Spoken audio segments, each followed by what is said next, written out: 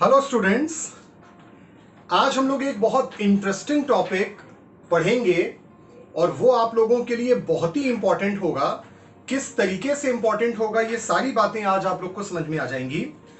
देखिए, as a student हम लोग ने पढ़ाई तो कर ली, लेकिन पढ़ाई कर लेना सब कुछ नहीं होता, क्योंकि पढ़ने के बाद एक्चुअली में मार्क्स गेन आप करते हैं आंसर्स लिखने के जरिए।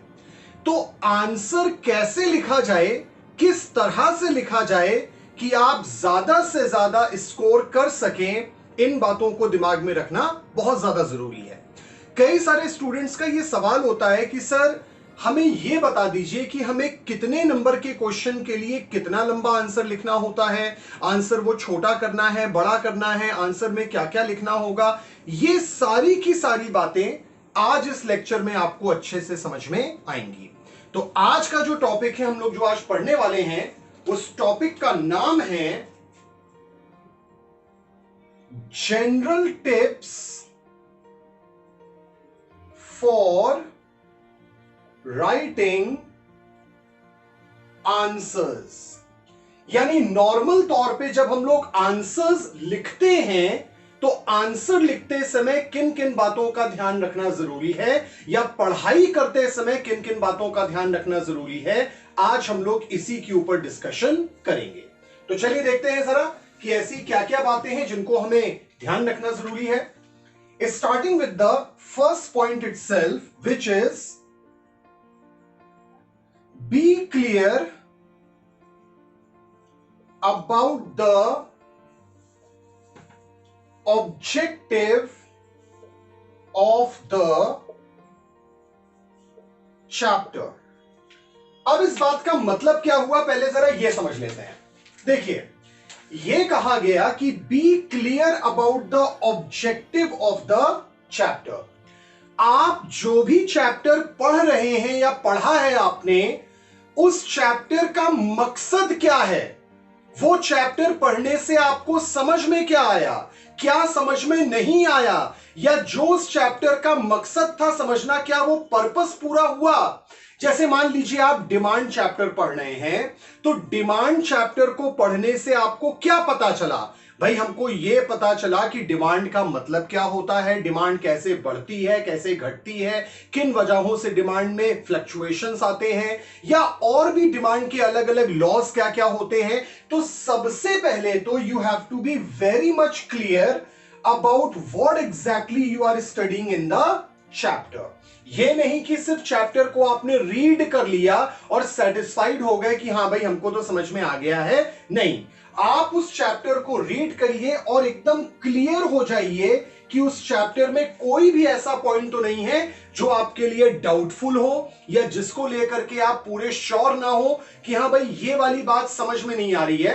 क्योंकि एक बात भी अगर आपकी कमजोर रह जाती है और एग्जाम में कभी कोई ऐसा इनडायरेक्ट क्वेश्चन पूछा जाएगा, तो शायद आप उसका आंसर अपने ओन वर्ड्स में प्रॉपर तरीके से नहीं लिख पाएंगे। अच्छा, मैं एक बात यहां पर यह भी ऐड कर दूं, कई बार बच्चों का यह सवाल होता है कि सर हम लोग आंसर लिखते समय क्या वर्ड बाय वर्ड जो बुक में लिखा है या नोट्स में लिखा है उसी को लिखें, या अपने ओन लैंग्वेज में भी लिख सकते हैं। अब देखिए, इसका जो आंसर है ना, जो एक प्रॉपर आंसर तो यह है कि अगर आप बुक से वर्ड बाय वर्ड या नोट से वर्ड बाय वर्ड लिखते हैं तो ये तो रट्टाफिकेशन होता है, ये तो मगअप होता है, ये अपने आप में किसी भी तरीके से हेल्पफुल नहीं होता।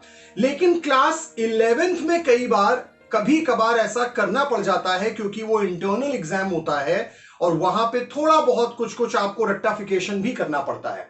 लेकिन जब हम लोग बोर्ड्स एग्जाम की बात करते हैं, क्लास 12th की बात करते हैं, तो वहां पे तो आप सारे के सारे आंसर्स अपने ओन वर्ड्स में ही लिख सकते हैं। वहां पे बिल्कुल ये सोचने की जरूरत नहीं है कि बुक में अगर ये वाला पॉइंट लिखा है तो वही पॉइंट लिखेंगे तभी नंबर मिलेगा, ऐसा नहीं है। और क्लास 11th में भी ऐसा नहीं है कि आप एग्जैक्टली बुक से लिखें। हां, एटलीस्ट हेडिंग्स जो हैं वो बुक से लिखिएगा, और अंदर का मैटर जो लिखना है वो आप अपने ओन वर्ड्स में डिस्क्राइब कर सकते हैं। चलिए आगे बढ़ते हैं, पॉइंट नंबर 2 पे आते हैं, जो कि कहता है length of the answers should be accurate. Length of the answers should be accurate. इसका मतलब क्या हुआ भाई? आंसर की जो लेंथ है वो एकदम एक्यूरेट होनी चाहिए। इसका मतलब ये है, आप ये भी मत करो कि आप आंसर लिखते समय आंसर को अननेसेसरली ड्रैग करके बहुत बड़ा आंसर कर दें, या फिर उस आंसर को छोटा करके बहुत शॉर्ट कर दें। देखिए सिंपल सी बात है, हमको बचपन से सिखाया जाता है कि बेटा जितना पूछा जाए उसका जवाब देना चाहिए। सिर्फ अगर आपसे कोई एक बात पूछ रहा है और उसके बदले में आप चार चार आंसर्स दे रहे हैं तो इस बात को अच्छा नहीं माना जाता है, इसे बुरा माना जाता है। और कोई आपसे चार चीजें पूछ रहा है और आप एक ही आंसर दे रहे हैं, वो भी बुरा माना जाता है। ठीक उसी तरीके से you have to write only that much which is required in the answer to be written. Don't try to write more than what is required or don't try to write less than what is exactly required. तो इस बात का भी ध्यान रखिए कि answer एकदम accurate हो, नंबर्स के हिसाब से हो, उससे ज्यादा या कम ना होने पाए। चलिए आगे बढ़ते हैं, पॉइंट नंबर 3 पे आते हैं। अब पॉइंट नंबर 3 कहता है be clear about the curves in diagram और ग्राफ्स। अब इसका क्या मतलब हुआ भाई? आप जितने भी डायग्राम्स बनाएंगे या फिर ग्राफ्स बनाएंगे, उसमें जो कर्व्स आप दिखाएंगे, आपको बहुत अच्छे तरीके से उन कर्व्स को एक्सप्लेन करना पड़ेगा कि अगर वो कर्व डाउनवर्ड है या कर्व अपवर्ड है या डायगोनल है या फिर वर्टिकल है, तो जिस भी तरीके का कर्व है उसे आपको समझाना पड़ेगा। यह नहीं है कि बस आपने डायग्राम बना दिया, ग्राफ बना दिया, बना करके छोड़ दिया। नहीं, इतने से बात नहीं बनेगी, आपको एक एक बात को अच्छे तरीके से कर्व में समझाना पड़ेगा। चलिए आगे बढ़ते हैं, नेक्स्ट पॉइंट पे आते हैं जो कहता है हैंड राइटिंग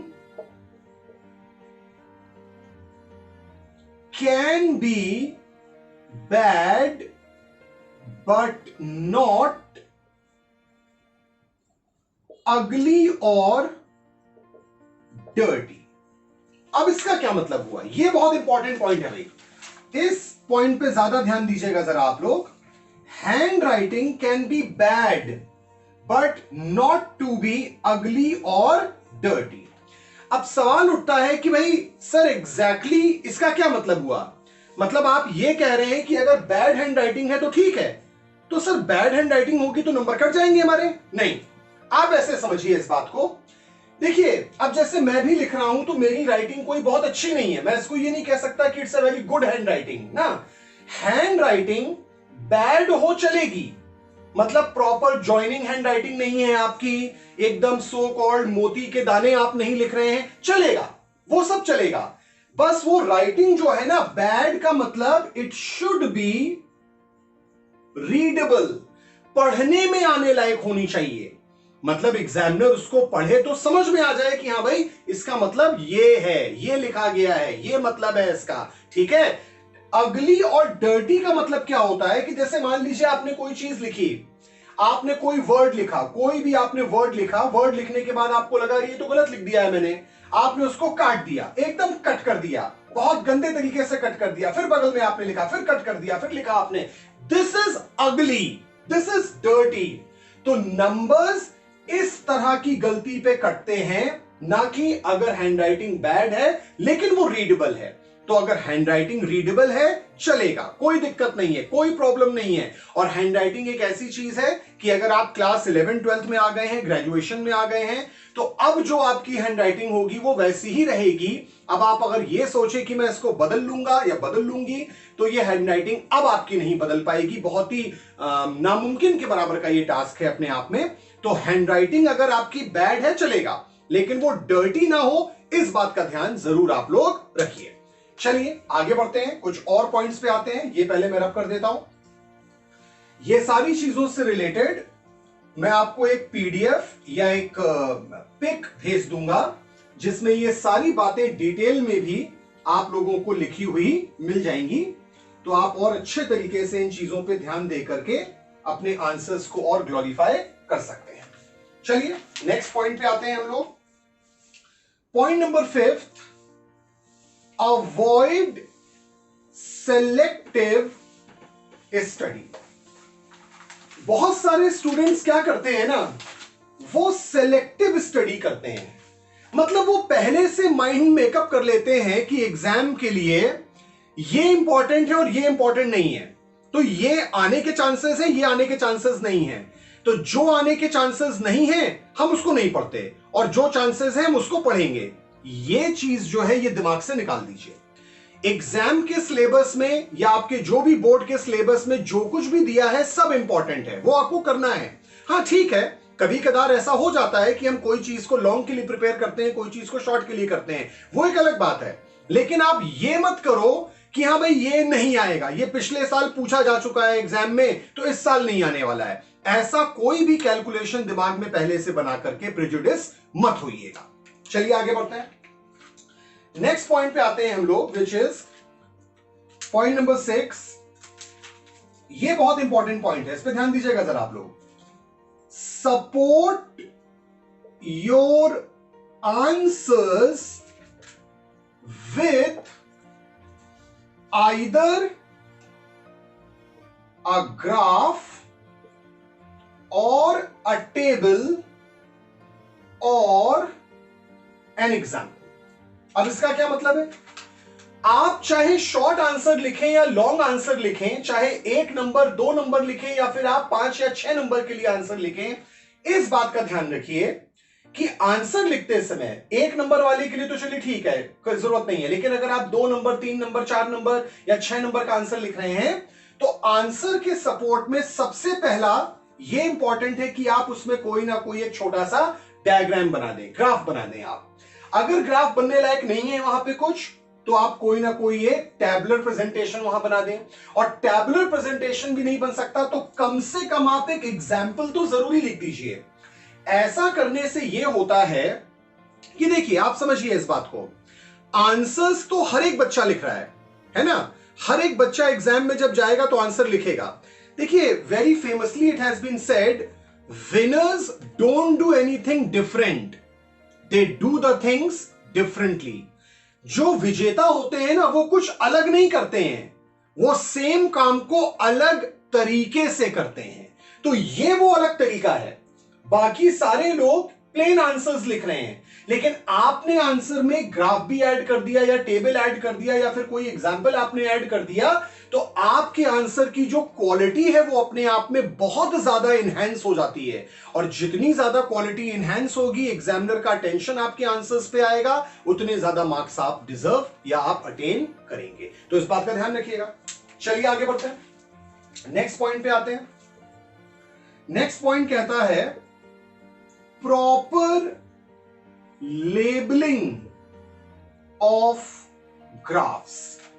आप जब भी कोई ग्राफ बनाएंगे तो इस बात का भी ध्यान रखिएगा कि उस ग्राफ को प्रॉपरली आपको लेबल आउट करना है। लेबलिंग का मतलब जब आप ग्राफ बना रहे हैं तो प्रॉपर तरीके से x axis, y axis, x पे डिमांड है, यहां पे प्राइस है, क्या है, ये सारी बातें आप डिस्क्राइब करेंगे वहां पर। ये नहीं कि सिर्फ आपने बस एक 90 डिग्री एंगल बना लिया और कुछ भी दिखा दिया वहां पे। ऐसा करेंगे तो फिर वो ग्राफ इररेलेवेंट मान के शायद काटा भी जा सकता है। चलिए आगे बढ़ते हैं, नेक्स्ट पॉइंट पे आते हैं। पॉइंट नंबर 8 है आपका, maintain writing speed from the beginning. आपको जो ये राइटिंग स्पीड होती है ना भाई, इसको शुरुआत से आपको मेंटेन करके रखना है। इसका क्या मतलब है, देखिए होता क्या है ना कि हमारा पेपर 3 घंटे का होगा, 11th या 12th जो भी, तो उसमें 3 घंटे का पेपर होगा। तो 3 घंटे में आपको मैं प्रैक्टिकली अगर बताऊं तो यह होता है कि जब एग्जाम स्टार्ट होता है, हम लोग लिखना शुरू करते हैं, तब हमको लगता है कि अरे अभी तो बहुत समय है। तो शुरुआत के 1 आवर हमारी जो राइटिंग स्पीड होती है वो कुछ इस तरीके की होती है।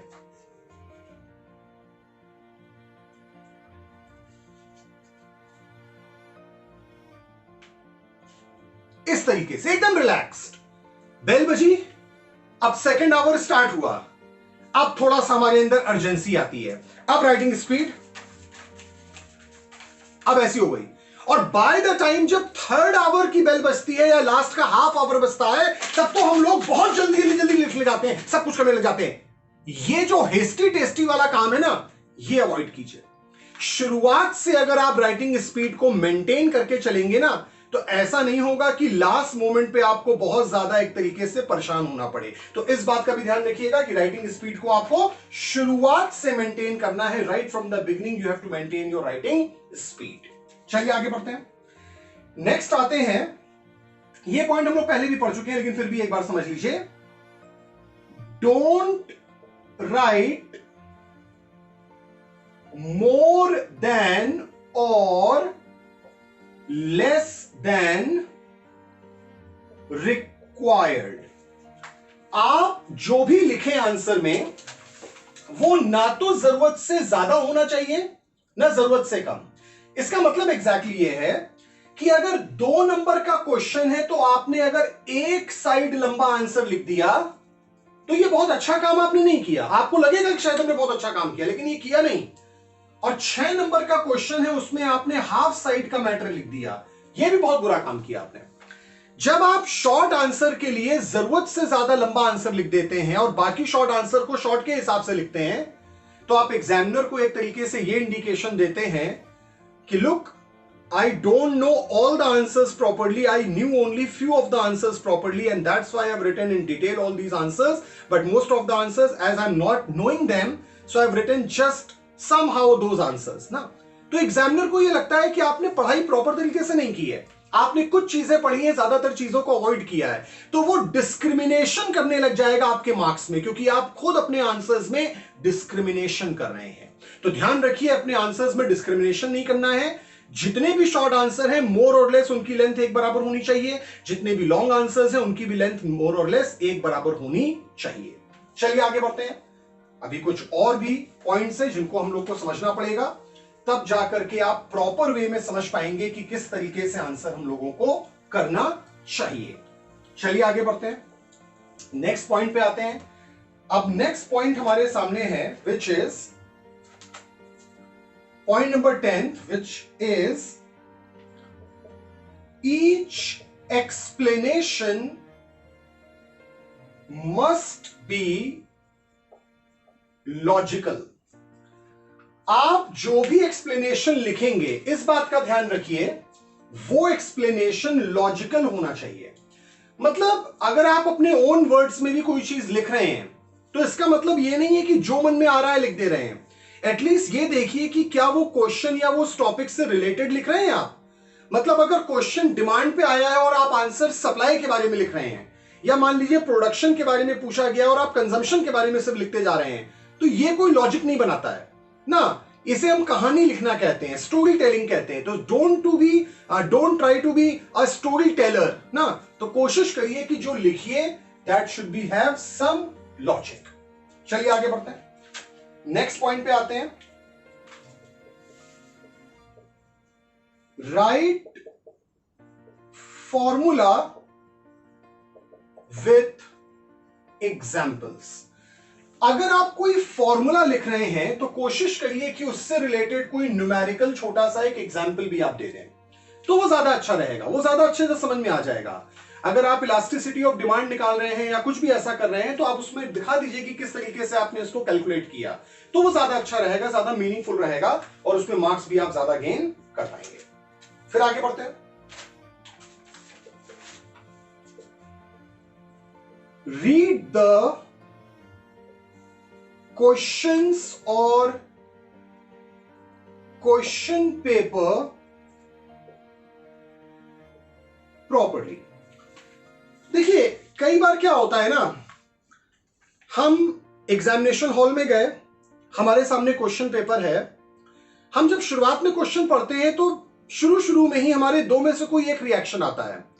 या तो हमें क्वेश्चन पेपर पढ़ने पे इतना सिंपल लगता है कि हमने अभी आंसर लिखना शुरू भी नहीं किया और दिमाग में आने लग जाता है कि यस 95 तो कहीं नहीं गया, आराम से मिल जाएगा, शायद 100 भी मिल जाए ना। दिमाग में आना शुरू हो जाता है, हम ओवर एक्साइटेड हो जाते हैं।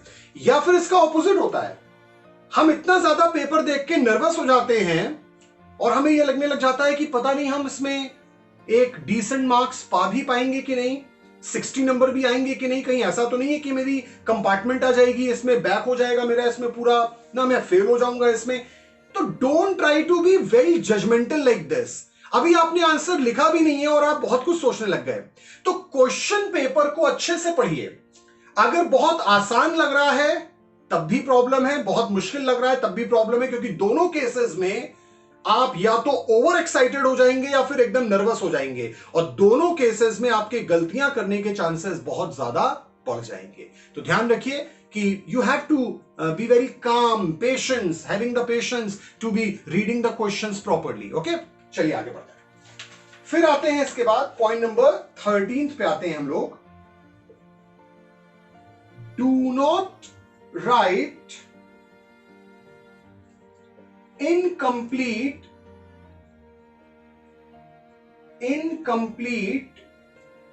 or wrong definitions। अब एक बात समझिएगा जरा, डेफिनेशन होने में और मीनिंग होने में देयर इज अ डिफरेंस।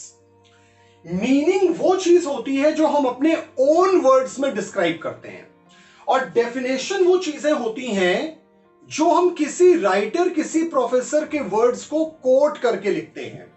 तो ध्यान रखिए कि डेफिनेशन अगर जैसे प्रोफेसर एडम स्मिथ का लिखा है या प्रोफेसर वॉकर का लिखा हुआ है money is what money does, तो आपने जो पढ़ा है वही लिखना पड़ेगा।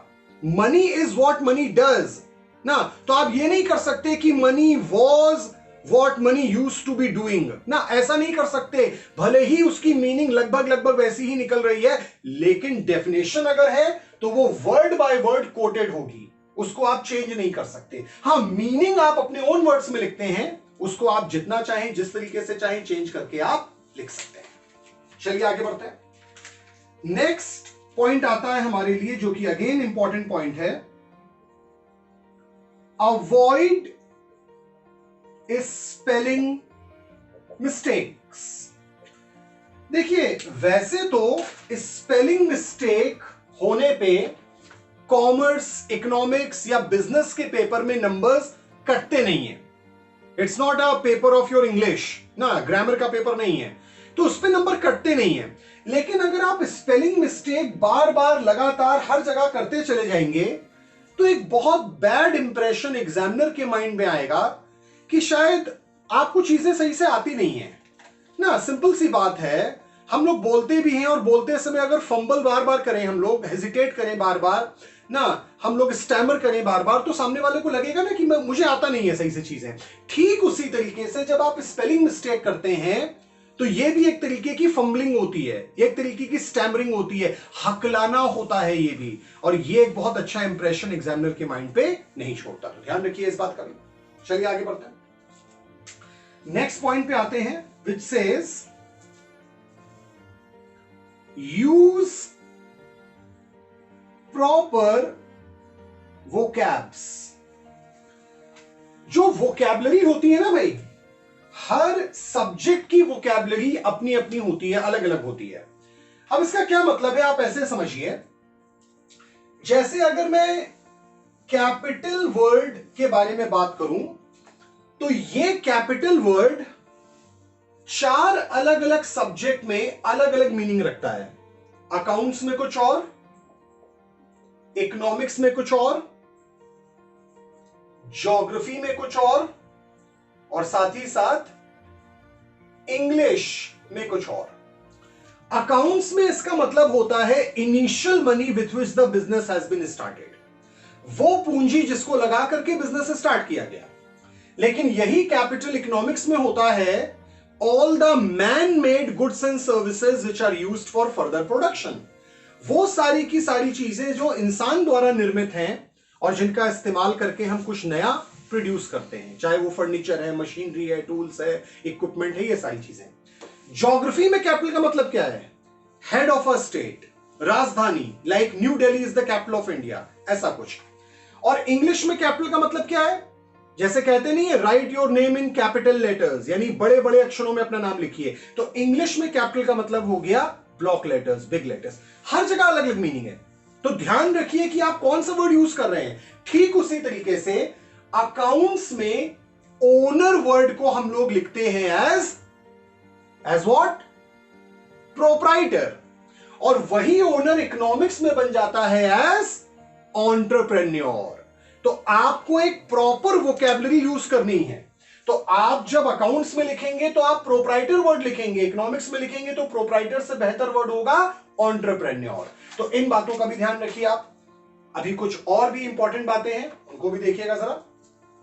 चलिए आगे बढ़ते हैं, नेक्स्ट पॉइंट पे आते हैं हम लोग। अब जो पॉइंट्स बचे हैं वो बहुत ज्यादा इंपॉर्टेंट हैं, तो बहुत अच्छे से देखिएगा इन सारे पॉइंट्स को भी। और तो नेक्स्ट पॉइंट आता है हमारा, which is very very important point, point number 16। Writing speed should be 9 minutes पर साइड। ये क्या मतलब हुआ? हम लोग कई बार बाइक चलाते हैं, कार चलाते हैं, तो हम लोग माइलेज की बात करते हैं ना, कि भाई 1 लीटर में कितना चलेगी ये। मेरी बाइक 1 लीटर में 50 किलोमीटर चलती है, ये इसका माइलेज है। मेरी कार 1 लीटर में 20 किलोमीटर चलती है, ये इसका माइलेज है ना। हम लोग ये माइलेजेस की बात करते हैं, लेकिन कभी आपने ध्यान दिया हमारे हाथों का माइलेज लिखते समय हाथों का, हैंड का माइलेज क्या होता है, ये बारे में कोई बात ही नहीं करता। ये बहुत इंपॉर्टेंट बात है। देखिए, आपको 3 आवर्स मिलते हैं पेपर करने के लिए, जिसका मतलब है 180 मिनट्स। और आप अगर पेपर अच्छे से कंप्लीट करेंगे तो चाहे इकोनॉमिक्स का है, कॉमर्स का है या फिर बिजनेस का है, तो अप्रोक्सीमेटली आपको लगभग 20 साइड्स का मैटर तो लिखना ही पड़ेगा। इससे कम लिखेंगे तो पेपर कंप्लीट ही नहीं माना जाएगा एक तरीके से। तो आप जब 20 साइड्स लिखने के बारे में बात करते हैं तो इसका मतलब जानते हैं क्या हुआ? 180 मिनट्स डिवाइडेड बाय 20 साइड्स, यानी इट्स कमिंग एज 9, यानी ये 9 का मतलब है 9 मिनट्स पर साइड। आपको 9 मिनट की स्पीड मेंटेन करनी है, एक साइड, पूरा एक पेज, पूरा एक साइड, यानी I am talking about this entire side, एक साइड का मैटर लिखने के लिए, आगे पीछे नहीं, सिर्फ एक साइड, ठीक है, ये one side, not talking about the page, ठीक है, वन साइड। तो एक साइड का मैटर लिखने के लिए आपके पास होते हैं 9 मिनट। अब 9 मिनट से ज्यादा अगर आप इस्तेमाल करेंगे ना, तो आप कभी 20 साइड्स लिख ही नहीं पाएंगे। आप इमेजिन करो कि आप 9 नहीं 10 मिनट लिखते हो, 10 मिनट ले रहे हो आप, तो क्या होगा? देखो 180 डिवाइडेड बाय 10 करो तो कितना आता है? 18 साइड्स। आप 18 साइड का ही मैटर लिख पाएंगे, 20 साइड आप लिख ही नहीं पाएंगे। अब यही 10 की जगह 11 12 करते जाओ, ये और कम होता जाएगा। और एक साइड का मैटर कम होने का मतलब अप्रोक्सीमेटली आपके 5 नंबर कम हो गए। तो 2 साइड कम, यानी 10 नंबर तो आपके ऐसे ही चले गए। यानी आपने साल भर जो मेहनत की, आप एग्जाम में खाली 90 नंबर का तो पेपर ही कर पाए हैं, 90% पेपर कर पाए हैं इनफैक्ट ना। तो उसमें नंबर कितने मिलेंगे आप ये सोच लीजिए। तो ये बहुत इंपॉर्टेंट है कि आपकी speed should be about 9 minutes पर साइड। और इसको चेक करने का तरीका यही है कि आप स्टॉप वॉच लेकर के आंसर लिखना शुरू कीजिए और देखिए कि तुरंत एक साइड कंप्लीट होने में कितना टाइम लग रहा है। अप्रोक्सीमेटली नॉर्मली लोगों को एक साइड का मैटर लिखने में लगभग मेरा मानना है 11-12 मिनट लगते हैं। और ये 11-12 से 9 मिनट पे लाना बहुत मुश्किल काम होता है, लेकिन प्रैक्टिस के साथ अगर आप करते जाएंगे तो practice makes a man perfect almost. तो वही चीज है, तो यहां पे भी वही काम करना है। चलिए आगे बढ़ते हैं। अब आते हैं अपने लास्ट पॉइंट पे, और ये last point is the most important point. अब हम लोग इसमें यह समझेंगे कितने मार्क्स के क्वेश्चन के लिए आपका मैटर कितना बड़ा होना चाहिए। ये बहुत इंपॉर्टेंट बात है। मैटर्स लेंथ, ध्यान दीजिएगा सर। 1 मार्क 1 नंबर के क्वेश्चन के लिए, अब आप कहेंगे आईएससी सीबीएसई, देखिए सीबीएसई में 1 मार्क क्वेश्चन आता है, आईएससी में नहीं आता, लेकिन फिर भी आप सभी लोग समझ लीजिए, मैं दोनों के पॉइंट ऑफ व्यू से बता रहा हूं। एक नंबर के क्वेश्चन के लिए 1 to 2 लाइंस, एक नंबर के क्वेश्चन के लिए एक या दो लाइन आपने लिख दिया, वैसे तो एक लाइन में भी चलेगा, मैक्सिमम आप 2 लाइन लिख सकते हैं बस, उससे ज्यादा लिखने की जरूरत नहीं है, तो यह आंसर आपका कंप्लीट माना जाएगा।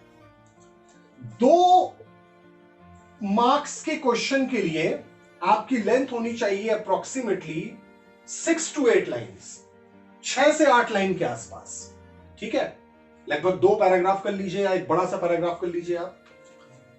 3 नंबर के क्वेश्चन के लिए it should be around 8 to 12 lines, यानी आधा पेज या उससे भी ज्यादा आपको लिखना पड़ेगा, तब जाकर के बात बनेगी उसमें।